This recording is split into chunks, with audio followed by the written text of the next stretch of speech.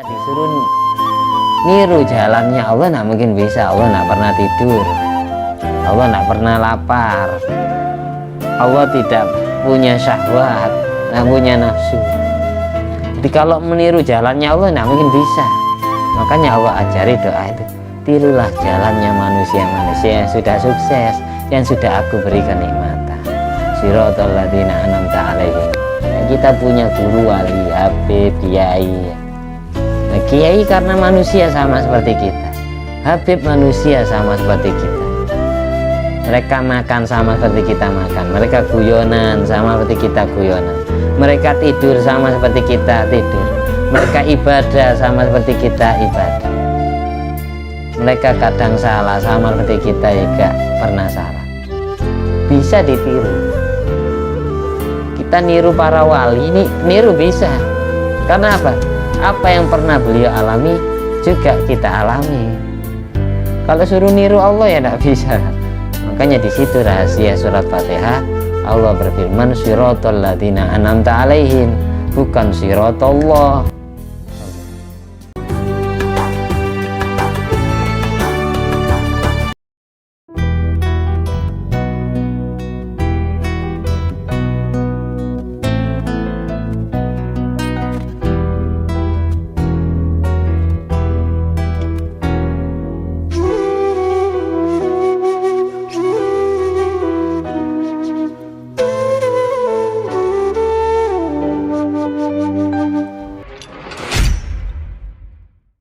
Assalamualaikum warahmatullahi wabarakatuh.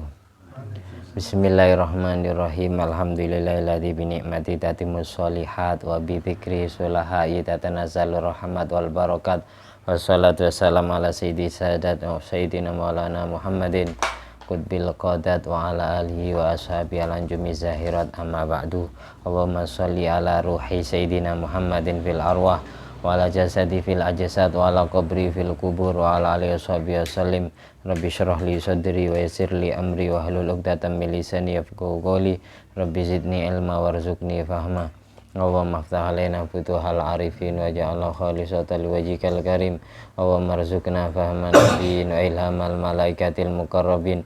Allahumma nawwir qulubana bi nuri hidayatika kama nawwartal arda bi nuri syamsika. Rabbana anfa'na bima 'allamtana, Rabbi 'allimna alladzi yanfa'una, Rabbi faqihna wa faqih ahlana wa qarabati lana fi dinina.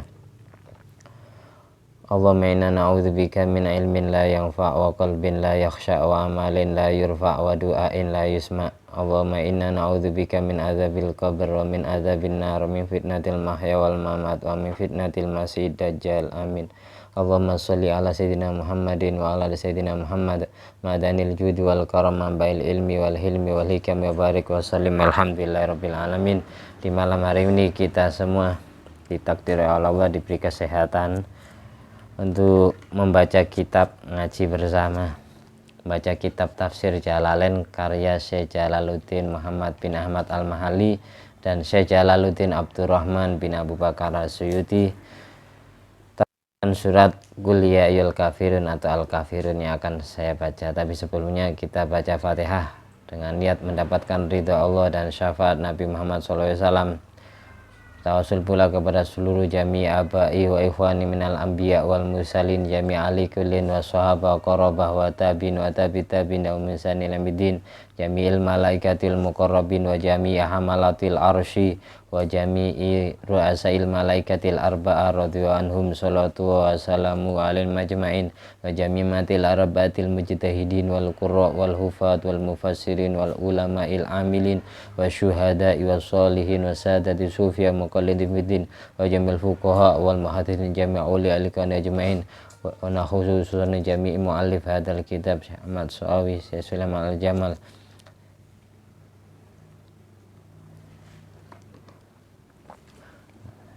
Abdul Alim bin Abdul Jalil Ahmad wa Abdul Jalil Ahmad Anwar Hasan, Syekh Muhammad bin Alwi bin Abbas Al-Maliki Al-Hasani, Syekh Alwi bin Abbas Al-Maliki Al-Hasani, Syekh Hasan Al-Masad, Syekh Muhammad Amin Suwed Damaskus, Syekh Abdul Qadir Asyibli, Syekh Abdul Mahasin, Syekh Muhammad Abid, Syekh Ahmad bin Sulaiman Al-Hijami, Syekh Alauddin Al-Mizjaji, Syekh Hasan Al-Ajami, Syekh Ahmad bin Muhammad Al-Fasha, Syekh Abdurrahman bin Abdul Qadir bin Fahad, Syekh Muhammad Jarullah bin Abdul Aziz bin Fahad, Syekh Ibrahim bin Muhammad bin Abi Syarif, Syekh Jalaluddin Abdurrahman bin Abu Bakar Rasyidi, Syekh Jalaluddin Muhammad bin Ahmad Al-Mahali, Sulim Mawfuri Mazwaj Mudramin wa jami' awliyati wa jami' awliya fi hadil balda Indonesia, jami' walidaina. Nama kedua orang tua Mbah Mahnya sebut.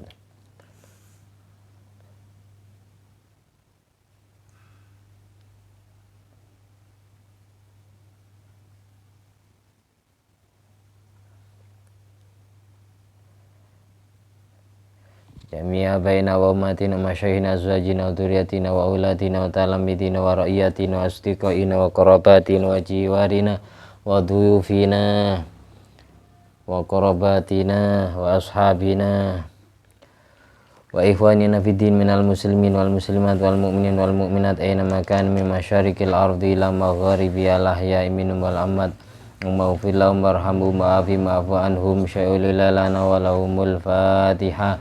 A'udzu billahi minasyaitonir rajim. Bismillahirrahmanirrahim. Alhamdulillahirabbil alamin arrahmanir rahim maliki yaumiddin.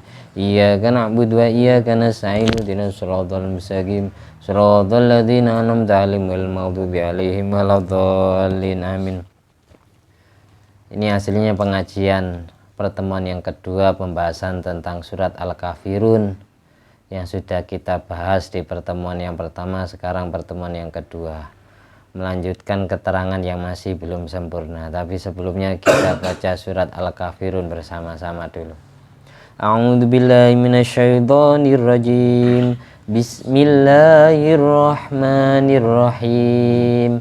Qul ya ayyuhal kafirun la a'budu ma ta'budun wala antum 'abiduna ma a'bud wala ana 'abidum ma 'abadtum wala antum 'abiduna ma a'bud lakum dinukum waliyadin.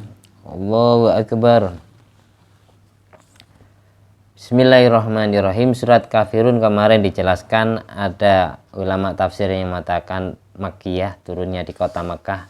Ada pula yang mengatakan Madaniyah, turunnya di kota Madinah. Tapi semua ulama tafsir sepakat jumlah ayatnya Al-Kafirun itu ada 6. Surat Al-Kafirun ini turun gara-gara nazalat lamma qala rohtun minal musyrikin, pada saat golongan dari orang musyrik datang atau bilang kepada Rasulullah SAW, ta'budu alihatana sanatan wa na'budu ilahaka sanatan. Wahai Muhammad, katanya golongan orang kafir, kami mau menyembah, kamu mau menyembah Tuhan kami 1 tahun saja, nanti kami juga akan menyembah Tuhanmu 1 tahun. Jadi kan adil. Siapa saja mereka? Nazarat lama qala rohtun minal musyrikin, yang dimaksud golongan dari orang musyrik sebagaimana hadis riwayat sahabat Abdullah bin Abbas radhiyallahu anhu. Sahabat yang sangat alim tentang tafsir Quran itu Sayyidina Abdullah bin Abbas. Kenapa? Karena langsung didoakan Kanjeng Nabi Muhammad SAW, sebagaimana di hadis Sahih Bukhari Muslim itu dijelaskan doa Nabi untuk Sayyidina Abbas mulai kecil ya. Anak pertama yang diasuh Kanjeng Nabi, meskipun beliau masih adik sepupunya Rasulullah, karena Sayyidina Abbas ini adiknya Sayyid Abdullah bin Abdul Muthalib. Sayyid Abdullah bin Abdul Muthalib ini punya saudara akhun li'ab, saudara tunggal bapak tapi lain ibu, namanya Sayyidina Abbas bin Abdul Muthalib. Yang satu bapak satu ibu atau sekandung itu cuma ayahnya Sayyidina Ali. Abi Thalib itu satu ibu satu bapak dengan ayahnya Rasulullah SAW. Jadi kalau Sayyidina Abbas, ayahnya sahabat Abdullah bin Abbas, ini beda ibu. Makanya ketika abahnya Rasulullah SAW meninggal dunia, kakeknya meninggal dunia, ibunya meninggal dunia, kepengasuhan Rasulullah dipindah kepada Abu Thalib. Karena memang apa? karena satu-satunya adik kandung Sayyid Abdullah bin Abdul Muthalib adalah Abi Thalib bin Abdul Muthalib. Ini saudara tunggal bapak ibu atau saudara sekandung syakik, saudara sekandung. Sementara yang lain kayak Sayyidina Abbas, kayak Abu Lahab, Sayyidina Hamzah itu beda ibu. Jadi akhun liabnya Sayyid Abdullah bin Abdul Muthalib. Yang asli sekandung, seibu dan sebapak itu adalah Abu Thalib. Sayyidina Abbas meninggal dunia saat perang Badar, lalu anaknya yang ngasuh langsung Rasulullah SAW. Jadi adik misanan, katanya orang Jawa, adik sepupu. Jadi Sayyidina Abdullah bin Abbas ini adik sepupunya Rasulullah SAW. Makanya didoakan langsung Nabi yang doa, Allahumma faqihhu fiddin wa 'allimhu ta'wil. Ya Allah, ngertikanlah Abdullah bin Abbas tentang agama. Alimkan dia, pahamkan dia tentang mentakwil, mentafsir Al-Qur'an. Memang Kanjeng Nabi sendiri yang doa akhirnya dibikin alim. Ibnu Abbas riwayat hadis, ulama-ulama tafsir hampir semuanya itu sanad keguruannya nyambung ke Sayyidina Abdullah bin Abbas. Karena beliau langsung yang doain Kanjeng Nabi, Allahumma faqihhu fiddin wa 'allimhu ta'wil. Ngertikan Ibnu Abbas tentang agama dan alimkan dia, pahamkan dia tentang cara mentakwil atau mentafsir Al-Qur'an. Sayyidina Abdullah bin Abbas mengatakan yang dimaksud rohtun minal musyrikin, golongan orang musyrik yang bilang kepada Nabi Muhammad, mau nggak kamu nyembah Tuhan kami 1 tahun saja, nanti kami juga nyembah Tuhanmu yaitu Allah, itu juga 1 tahun, kan adil gitu. Biar terbukti mana Tuhan yang benar. Tuh. Sababan nuzuliha, faktor penyebab turunnya ayat ini, Annal Walid bin Mughirah wal As bin Wa'il wal Aswad bin Al-Muttalib wa Umayyah bin Khalaf. 4 orang ini tokoh atau ulamanya orang musyrik yang bernama Walid bin Mughirah. Ini ayahnya Khalid bin Walid. Walid bin Mughirah, Sayyidina Al-As bin Wa'il, Sayyidina Aswad bin Al-Muttalib dan Umayyah bin Khalaf. 4 orang ini datang laku Rasulullah SAW, bertemu dengan Kanjeng Nabi, lalu mereka bilang, faqalu ya Muhammad halumma fal ta'bud ma na'bud wa na'bud ma ta'bud. Kesinilah wahai Muhammad, sembahlah Tuhan kami, nanti kami juga nyembah Tuhan kamu. Wa nashtariku nahnu wa anta fi amrina kullih. Jadi kita bersekutu, kita punya kesamaan di dalam satu hal, sama-sama nyembah Tuhan masing-masing. Fa in kana alladzi ji'ta bihi khairan mimma bi aidina. Kalau memang terbukti Tuhan kamu lebih baik atau lebih benar daripada Tuhan kami, kunna qad asyrokna kafih, maka kami semua akan masuk Islam, ikut ajaranmu. Katanya 4 orang ini bilang kepada Kanjeng Nabi. Wa akhadna bihadzina minhu, dan kami ambil bagian kami dari agama yang kamu bawa. Tapi kalau sebaliknya, wa in kana alladzi biaidina khairan mimma biyadika, kalau memang Tuhan kami ternyata lebih benar, lebih baik daripada Tuhan kamu Muhammad, kunta qad asyraqtana fi amrina wa akhadta bihaddika minhu. Taruhannya kamu harus ikut agama kami, harus nyembah Tuhan kami. Kalau memang Tuhan kami yang benar, kami masuk Islam. Kalau memang ternyata Tuhan kami yang benar, kamu harus ikut agama kami. Katanya orang kafir Quraisy Mekah, orang musyrik yang menyekutukan Allah dengan Tuhan yang lain. Akhirnya Allah mengutus malaikat Jibril untuk menurunkan surat Al-Kafirun ini. Makanya awalnya surat Al-Kafirun diawali apa? Kul, katakanlah. Jawablah Muhammad. Nabi suruh jawab 4 orang ini. Kul, katakanlah Muhammad, ya ayyuhal kafirun, wahai ingatlah orang kafir, la a'budu ma ta'budun, sampai kapanpun aku tidak akan menyembah berhala-berhala yang kalian sembah. Ma ta'budun ini ma tafsirannya adalah asnam, berhala. Wala antum abidun ma a'bud, dan kalian tidak akan mau menyembah Tuhan saya, katanya. Yang dimaksud ma dalam ma'abud adalah Allah. Qul ya ayyuhal kafirun la a'budu ma ta'budun wala antum a'biduna ma a'bud. Saya tidak akan nyembah Tuhan kalian, dan sampai kapanpun kalian juga tidak akan mau nyembah Tuhan saya, katanya Nabi Muhammad SAW. Wala ana a'bidum ma abattum, dan di zaman yang akan datang aku tidak akan nyembah Tuhan kalian. Wala antum abiduna ma'abud, dan di zaman yang akan datang pula kalian tidak akan pernah menyembah Tuhan saya. Dari sini disimpulkan alimallah minhum annahum la yu'minun. Allah sudah tahu bahwasanya 4 orang ini sampai kapanpun tidak akan beriman seumur hidupnya. Sudah dinas. Makanya suruh jawab dengan ucapan demikian, karena Allah yang punya takdir. 4 orang ini, Walid bin Mughirah, As bin Wa'il, dan Aswad bin Muttalib, Umayyah bin Khalaf, ini tidak akan pernah masuk Islam.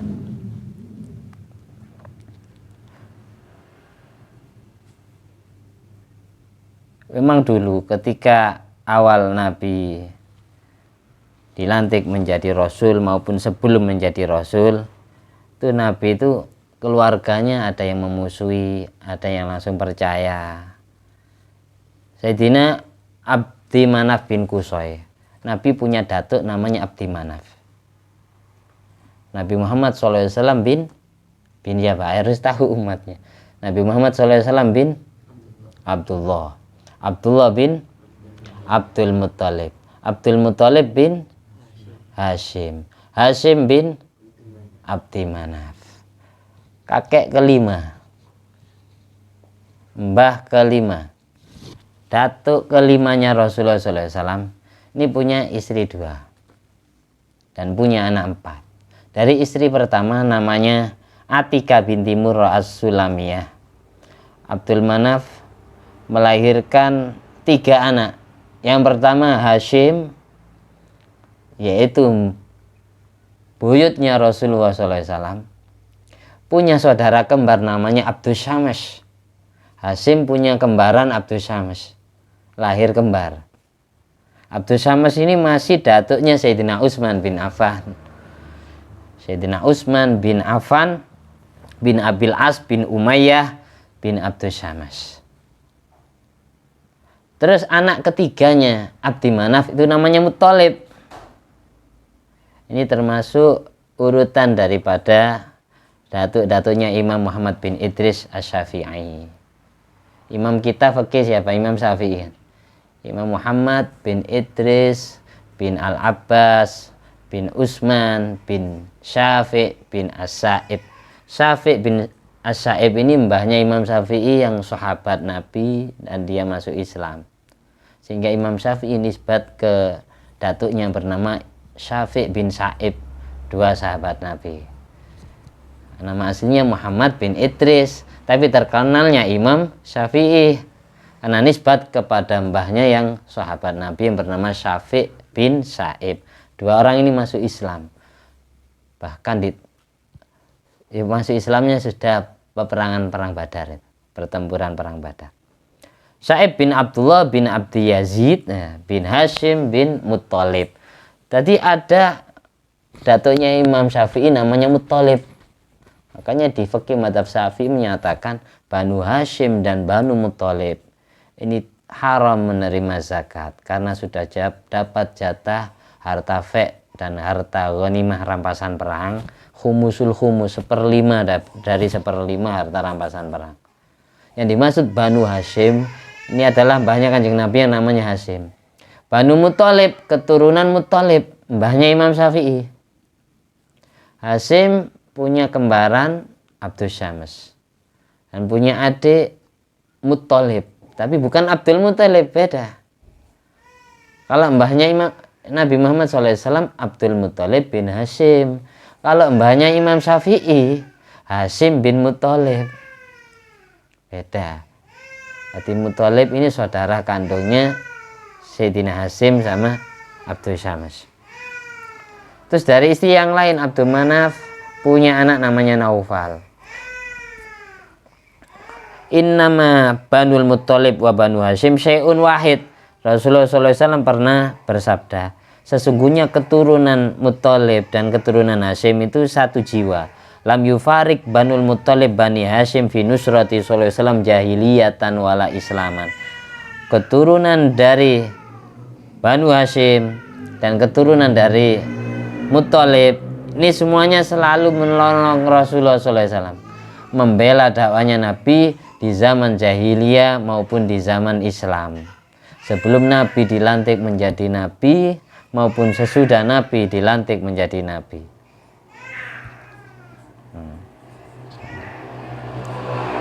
Falamma bu'itsa, pada saat usia Kanjeng Nabi Muhammad SAW usia 40 tahun dilantik menjadi Rasul, nasoruhu, keturunan dari Sayyid Hashim sama Sayyid Muttalib ini membela Nabi, menolong dakwanya Nabi, wadzabbu anhu, dan membela Rasulullah SAW dari gangguan orang kafir.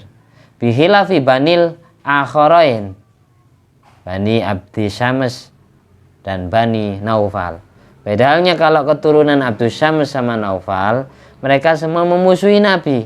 Balkanu yu'dunahu, bahkan sering menyakiti Rasulullah SAW. Di era Nabi mengaku menjadi Rasul, yang banyak masuk Islam dari kerabatnya Nabi sendiri itu dari keturunan Hashim sama keturunan Muttalib, mbahnya Imam Syafi'i. Yang dari keturunan Abdul Syams, kembarannya Sayyid Hashim, dan dari keturunan Naufal ini banyak menentang ajaran Rasulullah, banyak memusuhi Rasulullah SAW. Seperti itu. Jadi hikmahnya apa? Ketika orang dakwah itu pastinya ya, orang mengajarkan ilmu agama, orang memperjuangkan agamanya Allah yang dibawa oleh Rasulullah, pasti yang tidak suka atau yang membenci itu kerabatnya sendiri pasti ada. Sebagian kerabatnya ada yang mendukung, sebagian kerabatnya ada yang memusuhi, ada yang iri dan lain sebagainya. Ujian dari Allah sudah. Makanya ucapan Nabi Musa alaihissalam ketika umatnya disesatkan oleh Musa Samiri, pada saat dipasrahkan umatnya kepada Nabi Harun, tapi sayang Nabi Harun tidak sanggup mengarahkan umatnya, tapi tetap menyembah ijlan jasadallahu khuwar. Di Al-Quran itu di surah Al-A'raf, Nabi Musa mengatakan, ma hiya illa fitnatuk tudullu biha man tasha wa tahdi man tasha. Tidaklah ujian ini, ujian yang menimpa aku dan umatku ini merupakan musibahmu ya Allah. Engkau bisa membuat tersesat orang yang kau kehendaki dengan ujian ini, dan engkau bisa memberikan hidayah orang-orang yang dengan musibah ini. Itu penyadaran dari Nabi Musa alaihissalam. Dan orang itu kayak gitu, dibikin sesat karena memang Allah yang menyesatkan. Meskipun mulut kita belangkem, doainnya enggak setiap waktu, tapi kalau Allah menghendaki lain ya tetap tidak mungkin taubat. Tapi tetap jangan putus asa. Makanya setiap hari kan kita di surat Fatihah itu kita doa ihdinas siratal mustaqim. Nah di situ kami, bukan ihdini saya. Kalau ihdini siratal mustaqim berarti doakan dirinya saja. Tapi buktinya Allah ngajari dhamirna mutakallim ma'al ghair.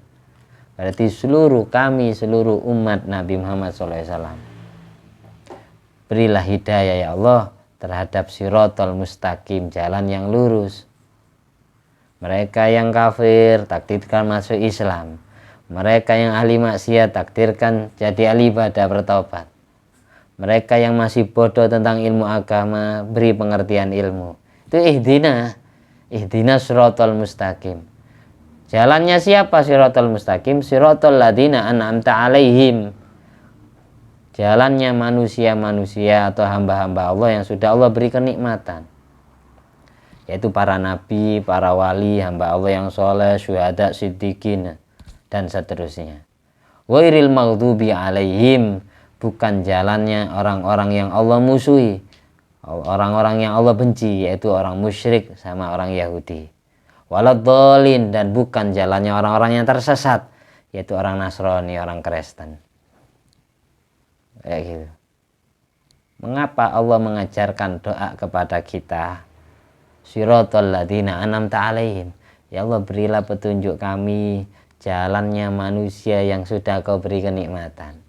Kok lafadznya bukan siratallah, siratal mustaqim, yaitu siratallah. Kok bukan jalannya Allah? Karena Allah itu Tuhan.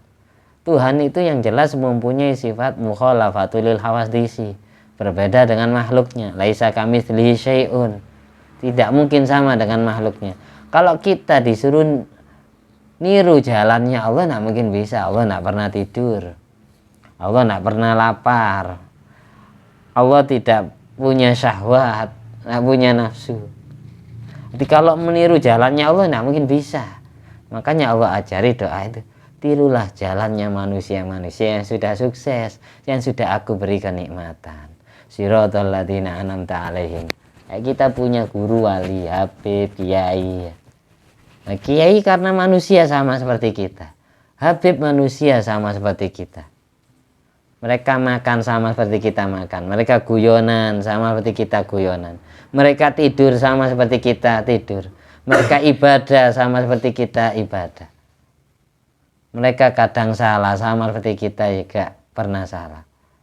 Bisa ditiru. Kita niru para wali, ini niru bisa. Karena apa? Apa yang pernah beliau alami juga kita alami.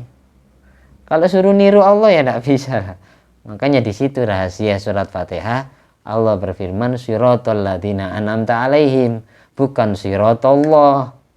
Di situ waladhdallin. Insya Allah kalau jadi imam, kita doanya betul-betul ini. Nah, kami semua, saya yang ngimami, kami makmum yang jadi makmum saya, kami orang yang tidak ikut sholat bersama saya, kami manusia, kami bangsa jin, kami umatnya Rasulullah SAW di seluruh dunia, mulai dari ujung timur sampai barat, berilah hidayah ya Allah terhadap siratal mustaqim, yaitu siratal ladzina an'amta alaihim. Insya Allah jalan dakwah kita diberi kemudahan oleh Allah. Kita diberi kemudahan untuk ngajak orang tanpa susah payah.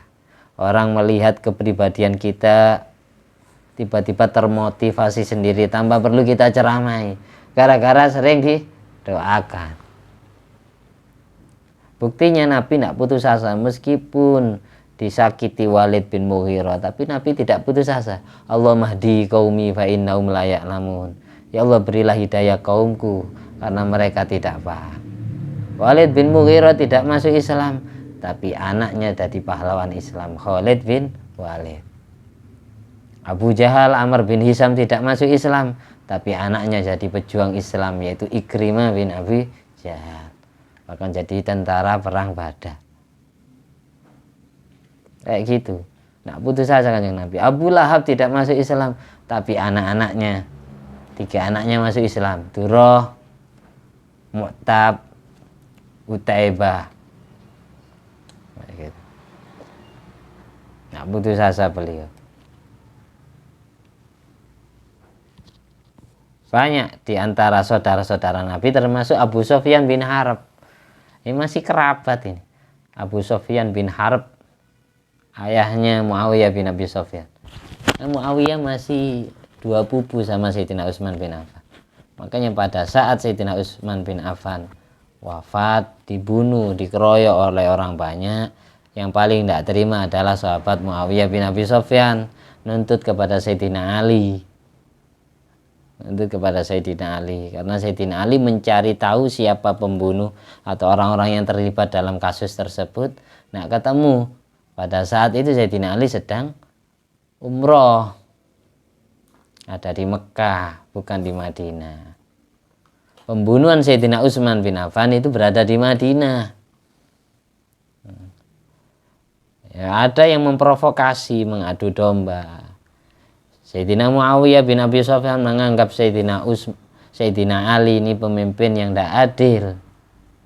Sayyidina Ali atas perlawanan sahabat Muawiyah bin Abi Sufyan ini beliau anggap buat pemberontak, tidak nurut khalifah.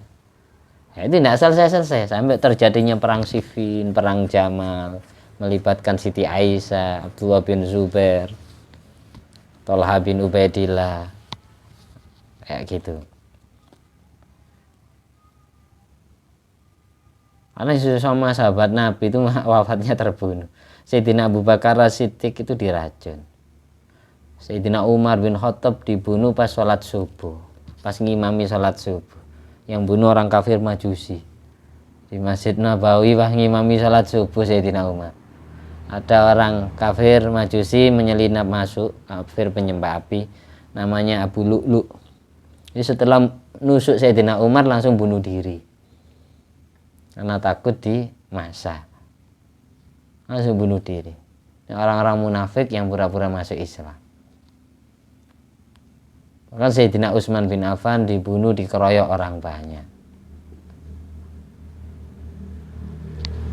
Sayyidina Ali bin Abi Thalib radhiyallahu anhum, beliau wafat dibunuh pas sholat subuh.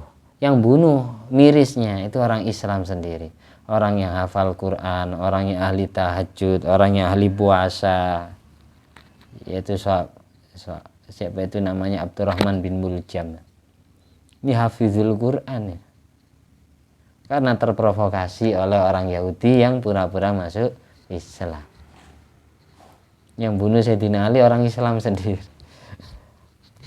Kalau Sayyidina Umar, makanya Sayyidah Ummi Kulsum binti Ali bin Abi Thalib atau binti Fatimah Zahra radhiyallahu anhu. Ummi Kulsum mengatakan, abahku, suamiku dibunuh pas sholat subuh. Suamiku dibunuh pas sholat subuh, ayahku juga dibunuh pas sholat subuh. Karena Ummi Kulsum binti Ali bin Abi Thalib, beliau ini istri daripada Sayyidina Umar bin Khattab. Ini perjuangan sahabat dulu sampai segitunya, sampai tidak berjalan mulus. Sayyidina Ali sampai hijrah dari Madinah, Saudi Arabia, hijrah ke kota Kufah. Kota Kufah itu nama sebuah kota di negara Persia, di Iran sana. Saudi Arabia, Iran ini beda negara. Kenapa? Menganggap orang-orang Madinah zaman itu sudah tidak jelas mana yang asli Islam, mana yang pura-pura masuk Islam, mana orang Yahudi, tidak ketemu. Akhirnya beliau hijrah dari negara yang penuh fitnah ini.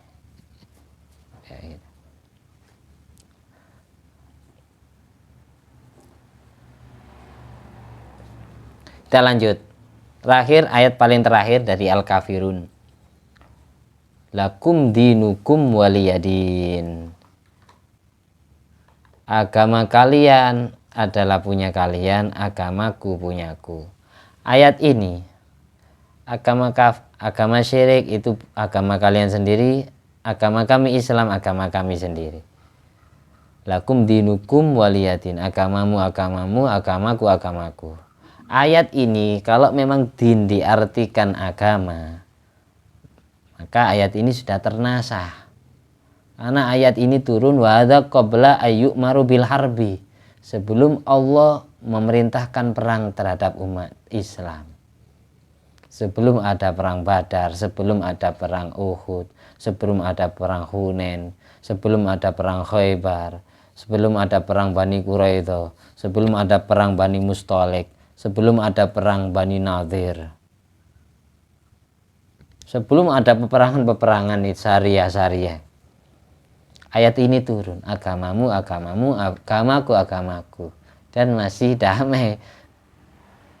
Kalau memang ayat ini diartikan agama, maka ayat ini sudah ternasah dengan ayat qital, tidak berlaku. Tapi kalau ayat ini katanya Syekh Ahmad As-Sawi, kalau ayat ini wakilah innal murad biddin al jaza, yang dimaksud agama di sini adalah balasan. Karena Maliki Yaumiddin, Tuhan yang merajai hari kiamat, hari pembalasan. Kalau memang din diartikan jaza, balasan, maka tafsirannya lakum jaza'u a'malikum wali jaza'u a'mali. Kalian semua wahai orang kafir akan mendapatkan balasan dari amal perbuatan kalian sendiri. Kami orang Islam, saya orang Islam akan mendapatkan balasan dari amal perbuatan kami sendiri. Kalau memang din dalam ayat lakum dinukum waliyadin ini diartikan jaza, balasan, fala naskho, maka ayat ini tidak dinasah, tidak disalin dengan ayat kita layat yang menganjurkan perang. Jadi tergantung mau dimaknai apa. Kalau memang dimaknai agama, berarti sudah tidak berlaku, karena sudah dinasah dengan ayat perang. Ayat ini turun sebelum Allah merintahkan perang. Nanti kalau ada orang kafir garang-garai kita, tetap kita wajib perang. Jangan lakum dinukum waliyadin lagi. Salah jalan. Hanya di situ perlunya belajar tafsir, berguru di situ, biar jelas mau diartiin apa lakum dinukum waliyadin. Kalau memang diartikan agama, maka ayat ini sudah dinasah dengan ayat yang memerintahkan perang. Wa qatiluhum. Tapi kalau din di sini diartikan jaza, balasan amal perbuatan, maka tidak dinasah dengan ayat perang. Maka pengertiannya lakum dinukum. Kalian wahai orang kafir mendapatkan balasan dari perbuatan kalian sendiri. Waliyadin, dan saya orang Islam mendapatkan balasan dari amal perbuatan saya sendiri. Kayak gitu.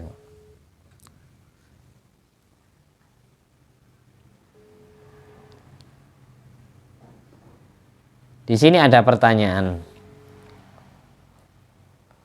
Apa tujuan ayat tadi? Katanya tadi dikatakan alimallahu minhum annahum la yu'minun. Allah sudah tahu kalau Walid bin Mughirah, As bin Wa'il, Aswad bin Muttalib, dan Umayyah bin Khalaf, mereka laknatullah alaihim, mereka ini tidak akan masuk Islam, tidak akan beriman. Mengapa ayat ini diturunkan kepada mereka? Padahal kan Kanjeng Nabi itu kaifa yukonnituhum minal imam. Apa tujuan Allah memutuskan keimanan dari 4 orang tersebut? Ma'annahu mab'utsun li hidayatim. Padahal Nabi diutus oleh Allah untuk memberikan hidayah kepada mereka. Wa qad kana harison ala imanihim, dan Nabi sangat antusias, sangat bercita-cita tinggi untuk menjadikan mereka semua beriman kepada Allah. Apa terus tujuannya? Kok ada kata-kata alimallahu minhum annahum la yu'minun.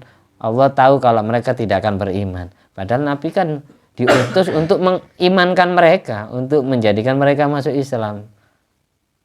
Wahasil jawaban yang tepat adalah anna hadza fi qaumin alimallahu annahum la yu'minun abadan fa akhbara nabiyyu bidzalik litadhhara syaqawatuhum. Tujuannya adalah Allah memberitahu kepada Nabi bahwa 4 orang ini sudah saya nas tidak akan beriman. Dan tujuannya biar semakin jelas kalau mereka termasuk di antara orang yang ditakdir syakiyun, celaka dunia sampai akhirat. Hati kamu tidak usah terlalu payah Muhammad ngurusi orang kayak gitu, karena aku sudah mentakdir dia tidak akan beriman. Kita itu buat rintangan hidupmu. Karena kalau aslinya Kanjeng Nabi kalau minta ya Allah masukkan Islam semua, ya terlalu bisa Allah mengabulkannya. Karena Allah sangat sayang kepada Rasulullah. Alladzi khalaqal mauta wal hayata liyabluwakum ayyukum ahsanu amala. Tapi Allah kan menciptakan mati hidup untuk manusia, untuk hambanya. Itu tujuannya untuk ngetes mana di antara kita yang mau beramal dengan baik, dengan ikhlas, dengan tawadu, tidak karena terpaksa. Allah ingin ngetes mana mereka yang betul-betul iman kepada Allah, mana mereka yang menghina Allah, kayak gitu. Terus kalau langsung ditakdir masuk Islam semua, apa gunanya Allah ciptakan neraka? Biar ada yang nempati. Untung teman-teman kenikmatan besar bagi setiap orang Islam ketika dia terlahir dari bapak ibu yang Islam yang beriman kepada Allah. Untung kok seandainya kita ditakdir terlahir dari bapak ibu yang kafir, belum tentu kita mu'alaf. Kenikmatan yang paling besar, apalagi kalau ditakdir wafat dalam keadaan membawa ajaran Islam dan iman, mati husnul khotimah. Mudah-mudahan kita husnul khotimah semua besok-besok, tapi jangan sekarang. Tapi jangan sekarang terburu-buru, karena perjalanan hidup masih panjang.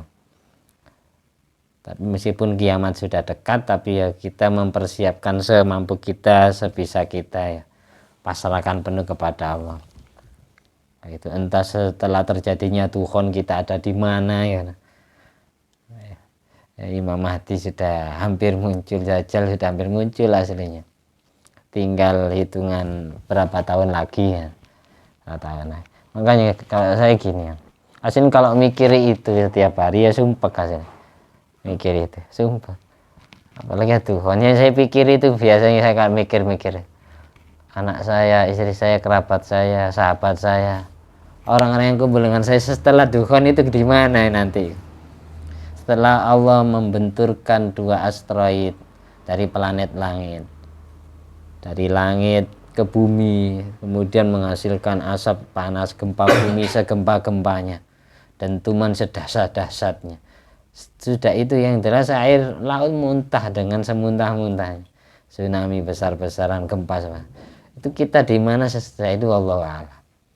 Maka yang sering doa sekarang ini, doa bukan untuk diri sendiri, tapi doa untuk semua orang-orang yang hidup di sekitar kita, untuk seluruh umat Nabi Muhammad SAW, agar selamat dari adzabil qabr, siksa kubur, selamat dari siksa api neraka, dari fitnah ujian cobaan di saat masih hidup atau di saat sudah meninggal dunia. Di saat masih hidup ya termasuk Tuhan itu. Min fitnatil masih dajjal, dan dari fitnahnya dajjal. Kalau fitnahnya dajjal sudah tersebar, mulai sekarang sudah tersebar. Tapi nanti orangnya muncul sesudah Tuhan. Kayak gitu. Ya, kita yang membuat kita males ibadah, semangat maksiat, males mendengarkan ilmu, itu karena ada fitnah dajjal di dalam hati kita. Ada racun-racun setan, racun iblis. Makanya kita harus setiap detik atau setiap waktunya, setiap harinya tidak putus asa. Ada watifah, ada keistiqomahan setiap hari, meskipun hanya surat Yasin, meskipun hanya sholawat kepada Nabi, itu harus ada yang diandalkan. Ketika terjadi Tuhan itu berbanyak sholawat ya. Kita hidup nafsi-nafsi. Yang orang tua tidak ingat anak, yang anak tidak ingat orang tua, yang murid tidak ingat guru, yang guru tidak ingat murid. Hidup sendiri-sendiri ya. Yang tebal imannya ya tidak kepanasan. Mempertebal iman dan takwa di dalam hati. Makanya kemarin saya ulangi lagi, di antara khasiat daripada orang yang sering membaca Al-Kafirun sama Al-Ikhlas, faman amila bihima wa taqadahuma bari'a zahiruhu wa batinu minal kufri wan nifaq. Barang siapa yang ahli mengamalkan surat Al-Kafirun sama surat Al-Ikhlas dan meyakini kebenarannya, maka zahir batinnya akan terbebas dari sifat kafir dan sifat munafik. Imannya semakin tebal, takwanya semakin tebal. Jadi jangan bosan-bosan wis. Tidak apa-apa dikatain orang imami kok Al-Kafirun sama Al-Ikhlas tuh, kuliah sama kulhu. Tidak apa-apa gitu. Sesering mungkin kita mengandalkan Al-Kafirun sama Al-Ikhlas, setebal mungkin iman kita setiap harinya. Qobliyah ba'diyah Al-Kafirun Al-Ikhlas, duha Al-Kafirun Al-Ikhlas, witir Al-Kafirun Al-Ikhlas, tarawih Al-Kafirun Al-Ikhlas. Tidak apa-apa. Tambah semakin sering dibaca, tambah semakin tebal iman kita. Itu tujuannya. Biar ya tidak gampang diganggu-ganggu. Dan ketika sudah imannya tebal, ketika terjadi Tuhan, dentuman dahsyat itu tidak akan melepuh, tidak akan meleleh, kepanasan. Nah, itu. Yang terakhir yang saya sampaikan, Imam Ghazali, ini ada di kitab Imam Ghazali ya. Imam Ghazali mengatakan ya, ini nama kitabnya Al-Mahabba Wasyauq wal Unsu Warridho.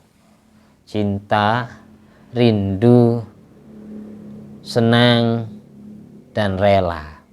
Ada nama kitab Imam Ghazali namanya kayak gitu. Di sini dijelaskan, semisal di kampung kita di kampung kita ada kemungkaran merajalela, ada kemaksiatan terang-terangan. Orang semuanya diajak ibadah tidak mau, diajak ngaji tidak mau. Oh, banyakan maksiatnya sudah 90%. Yang ahli ibadah cuma 10%. Terus kita gimana tugas kita ini? Jadi dikatakan sama Imam Ghazali, inna du'a bil maghfirah wal isma minal ma'asi wasairil asbabil mu'ina aladdin. Sesungguhnya doa agar mendapatkan ampunan dari Allah dan orang yang maksiat diampuni oleh Allah. Doa agar terselamatkan dari maksiat-maksiat yang sudah dikerjakan oleh orang-orang yang ada di sekitar kita. Doa yang dapat mendukung atas agama.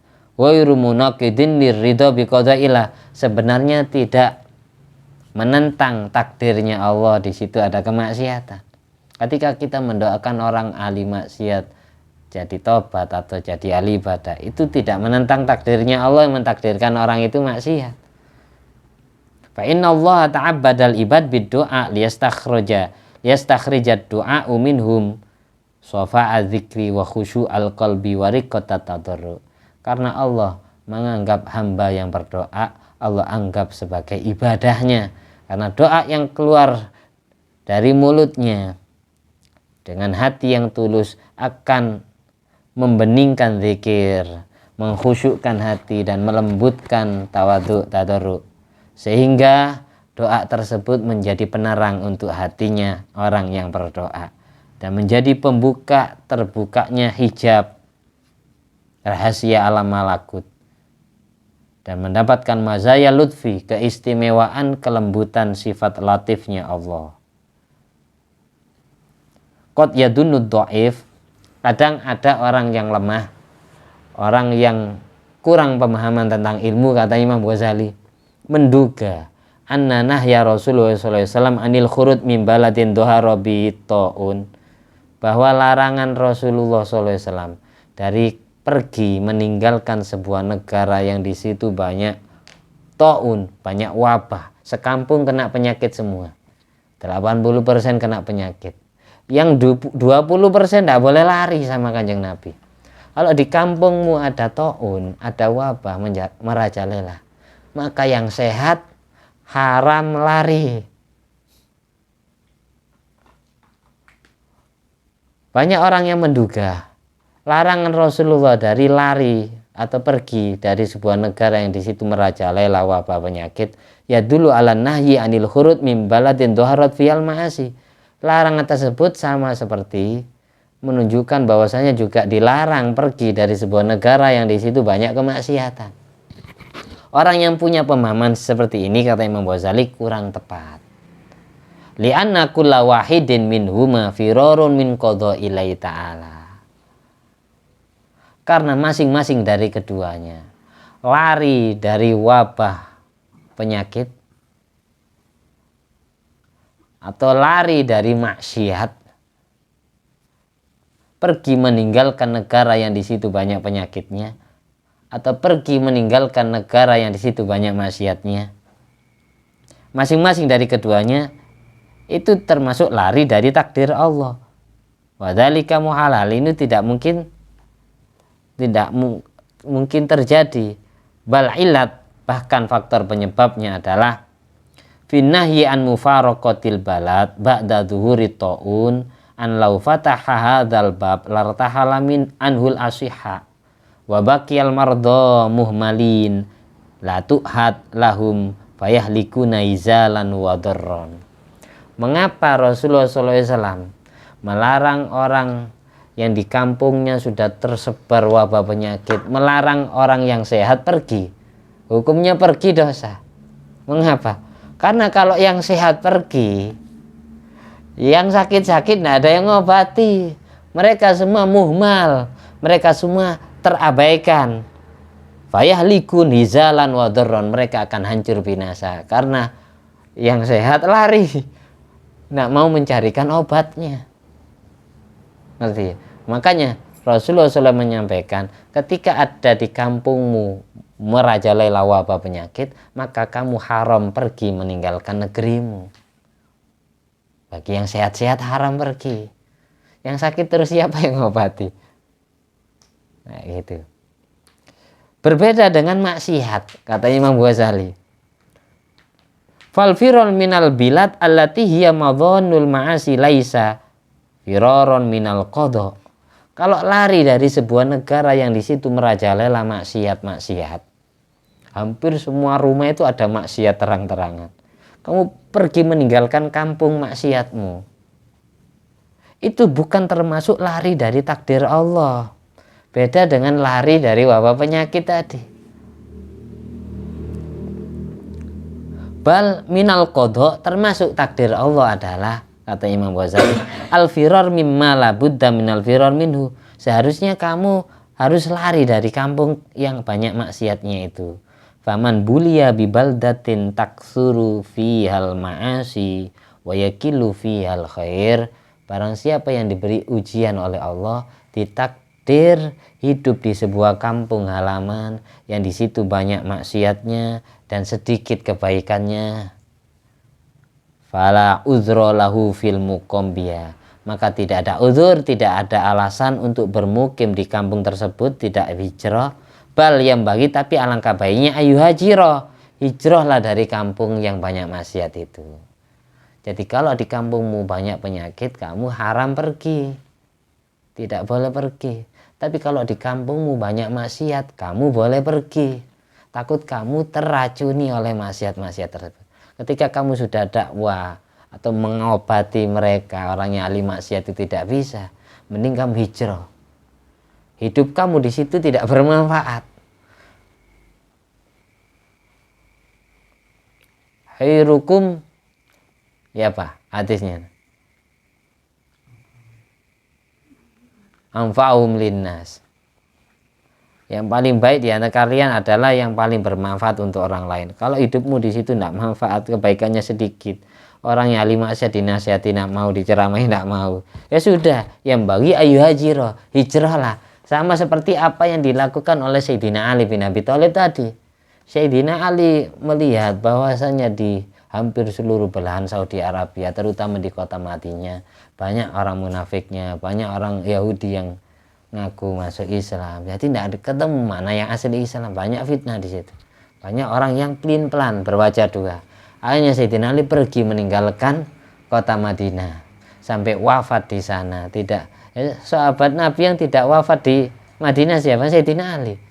Sayyidina Umar bin Khattab, Sayyidina Abu Bakar Siddiq di Madinah, Sayyidina Utsman bin Affan di Madinah, Sayyidina Ali malah di Iran wafatnya. Karena beliau pergi meninggalkan kampung yang di situ banyak kemaksiatan, yang di situ banyak kemungkaran. Karena Allah berfirman, kata Imam Ghazali dalam Al-Quran, alam takun ardullahi wasi'ah fatuhajiru fiha. Bukankah bumi Allah itu luas, jadi berhijrahlah kalian semua. Jangan diam di kampung banyak maksiatnya. Mending kamu pindah desa, mending kamu pindah kecamatan, mending kamu pindah kota, demi menyebarkan ilmunya Allah atau memperjuangkan dakwahnya Rasulullah sallallahu alaihi wasallam. Fa in mana au andalik iyalun au alaqatun. Kalau kepergianmu meninggalkan kampung yang banyak maksiat itu dihalang-halangi oleh kerabat-kerabatmu, dihalang-halangi oleh keluargamu, maka gimana? Mau pergi tidak boleh. Jangan diam di sini aja. Kalau tidak ada sampean, terus siapa yang ngajari ilmu? Nah, kalau memang kepergianmu dihalang-halangi oleh orang-orang yang membutuhkanmu, fala yang bagi ayyakuna radhiyan bihalihi, tidak sebaiknya kamu rela dengan keadaanmu sendiri. Mutmisan nafsi ilaih. Bal yang bagi ayyakuna munzi'atal qalbi minha qailan alad dawa. Bahkan sebaiknya kamu selalu menggerakkan hatimu untuk senantiasa berucap, untuk senantiasa berdoa di dalam hati, Rabbana akhrijna min hadhil qaryati dzalimi ahluha. Ayo baca bersama-sama. Rabbana akhrijna min hadhil qaryati adh-dhalimi ahluha. Ini Al-Qur'an. Rabbana akhrijna min hadhil qaryah al-dhalimi ahluha. Ya Allah, usir saya atau pindahkan saya, keluarkan saya dari kampung ini yang penduduknya banyak zalim. Adh-dhalimi ahluha. Wa dzalika li anna dzulma idza amma nazalal balaa wa damarul jami'a wa syamilal muti'ina. Karena gara-gara kezaliman tersebut, idza amma, ketika sudah merajalela, nazalal bala'u, maka balaknya Allah akan turun kepada kampung yang banyak kezaliman itu. Meskipun di kampung itu ada segelintir orang soleh. Idza nazalal bala' amma soleh wa tolek, ketika bala Allah turun maka umum merata kepada orang baik maupun orang yang jelek. Wadamar jalmi akan menghancurkan semuanya. Wasyamilal muti'in, termasuk orang-orang yang taat kepada Allah kena bala. Yang mending yang taat-taat pergi. Rabbana akhrijna min hadhil qaryati adh-dhalimi ahluha. Wattaqu fitnatan la tusibanna alladziina dzalamu minkum khassah. Takutlah kalian kepada musibah yang mana musibah itu sudah membuat orang zalim secara khusus. Jadi kamu yang soleh jangan sampai terkena, kalau bisa pergi kayak gitu. Ya apa sekiranya pergi, diam-diam perginya, nggak usah bilang ke orang-orang yang tidak setuju dengan keadaan.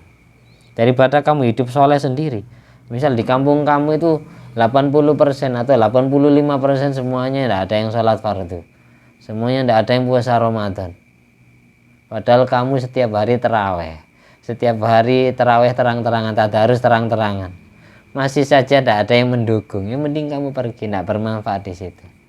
Berarti mereka betul-betul gelap, tidak mau diajak kebaikan.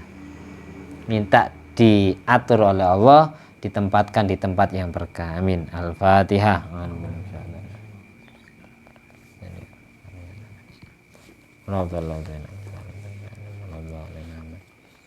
Mari doa setelah baca Quran. Bismillahirrahmanirrahim. Allahumma arhamna bil Qur'an waj'alhu lana imaman wa nuran wa hudan wa rahmah.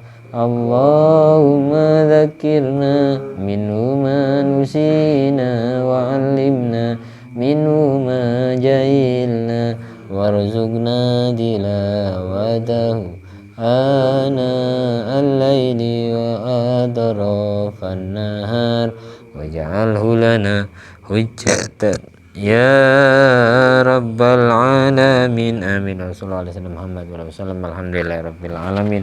Alhamdulillah alladzi at'amani hadzal ilma wa razaqani min ghairi haulin minni wala quwwatin. Allahumma shalli ala sayyidina Muhammad wa ala ali sayyidina Muhammad. Fadli subhana rabbika rabbil izzati amma yasifun wa salamun alal mursalin walhamdulillahi rabbil alamin. Wassalamualaikum warahmatullahi wabarakatuh.